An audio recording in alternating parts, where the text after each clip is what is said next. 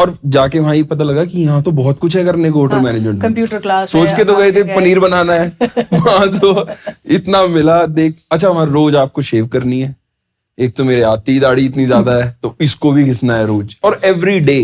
एक दिन मैंने अपने किचन का टीचर था तो मैंने बोला सर नवरात्रि शुरू हो गए हैं, मम्मी ने मना किया है दाढ़ी नहीं बना सकते। और सर कहाँ से? चलो बंगाल से। वो चलो बाहर हो जाओ। बाहर चलो जब तुम्हारे नवरात्रि खत्म हो जाएंगे ना जब आना क्लास में। और वो अटेंडेंस वहाँ 75% चाहिए होती थी, नहीं तो डिटेन कर देते थे। अच्छा। तो इस वजह से जाना भी पड़ता था। रोज नेल्स काटने हैं, ब्लैक सॉक्स, ब्लैक शूज, मतलब बहुत ज्यादा डिसिप्लिन से होना था पूरा वो ग्रूमिंग का। हाँ ग्रूमिंग का पूरा वर्क, बट वो इंडिया में ही है, बाहर नहीं है। जैसे ही बाहर गया था वाह, हाँ बाहर तो कुछ नहीं है। कुछ नहीं है। तो वहाँ मतलब क्लास में मतलब मेरे को उस कोर्स में फिर इतना मजा नहीं आया। देख हाउस कीपिंग, झाड़ू लगानी है, घर में नहीं लिया कभी पानी का ग्लास एक तो वहाँ झाड़ू। और झाड़ू भी ऐसा नहीं है कि आपको चलो किसी रूम में ले गए और सिखा दी, नहीं मतलब अपने कॉरिडोर में लगानी है सब बच्चों के सामने, अदर डिपार्टमेंट्स के सामने। कॉलेज में ही लगवा देते थे, कॉलेज ही साफ करवाते रहते थे हमसे पूरा टाइम। ये हाल होता था। हाँ। मेरी उन सर से इतनी लड़ाई होती थी ना, आज मेरे से बहुत अच्छे रिलेशन में बात करते हैं, सब कुछ है,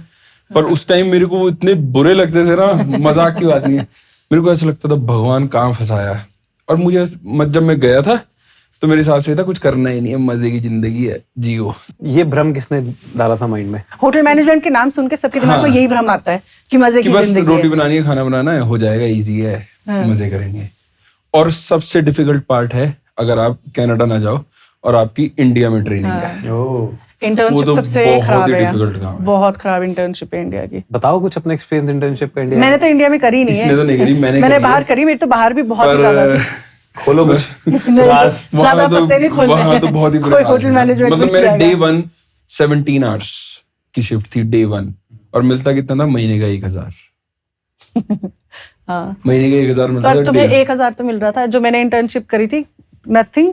और यूजुअली वहां पे एक अच्छी चीज है कि अगर आप जैसे इंटर्नशिप या पार्ट टाइम हो तो 4-4 घंटे की शिफ्ट होती थी, पर मैंने 10-10 घंटे की शिफ्ट करी है।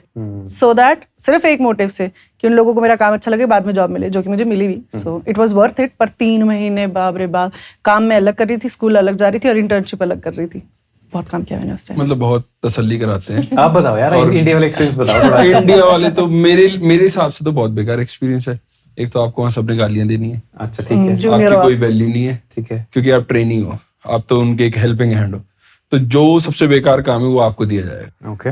और आप मना नहीं कर सकते, मजबूरी है, नहीं तो बोलेंगे ठीक है टाटा बाय बाय जाओ, तो आपकी डिग्री कंप्लीट फंस नहीं होती जाएगी। है। तो ये बड़ा मुश्किल काम है होटल मैनेजमेंट का। दिमाग में क्या चलता था उस टाइम? दिमाग में तो ये चलता था कि भाई कल से आना नहीं है।